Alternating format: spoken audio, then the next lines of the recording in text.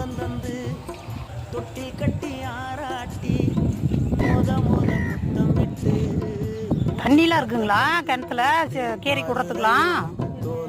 தண்ணிலாம் இருக்குங்களா கீரைக்கு விடுறதுக்கு இப்போ இருக்குதுங்களா? சரி. இறந்த பழம் சாப்பிட மாட்டோமா? கீரை போதும், 2 கத்த கீரை போதும். இந்தாங்க 4 ரூபா தனியாக கொடுத்துருக்கேன்.